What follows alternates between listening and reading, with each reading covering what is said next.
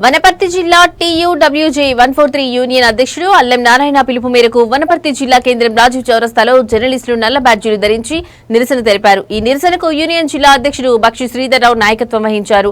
Urea కొరతపై వార్త రాసినందుకు Khammam T news bureau chief సాంబశివరావుపై పెట్టిన అక్రమ కేసులు వెంటనే ఎత్తివేయాలని వారు డిమాండ్ చేశారు.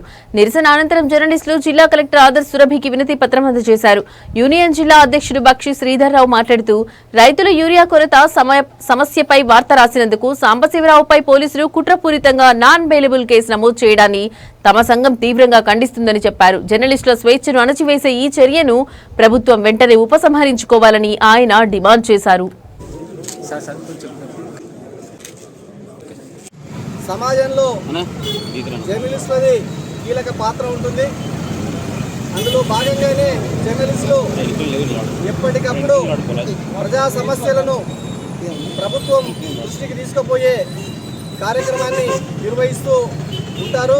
అది వారి విధి నిబంధనలో విధి నిర్వహణలో ఒక భాగం కాబట్టి, అదేవిధంగా ఈ మధ్య రైతులు ఏదైతే ఎదుర్కొంటున్నారో యూరియా సమస్యను, ఆ సమస్యపై పత్రికల్లో రాస్తున్న విలేకరులను ప్రభుత్వం టార్గెట్ చేస్తుంది. ముఖ్యంగా పోలీసులు ప్రజాస్వామ్యాన్ని అపహాస్యం చేస్తూ జర్నలిస్టులపై కేసులు పెట్టేందుకు ఏమాత్రం కూడా జంకటం లేదు.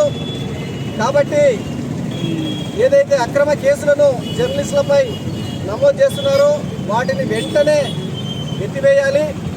అదేవిధంగా మన జిల్లాలో కూడా ఇలాంటి కేసులను చాలామంది కూడా తప్పుడు ఫిర్యాదులు ఇవ్వటం, వారిపై కేసులు నమోదు చేసేందుకు పోలీసులు కూడా ఆసక్తి చూపడం అనేది చాలా దారుణమైన అంశము.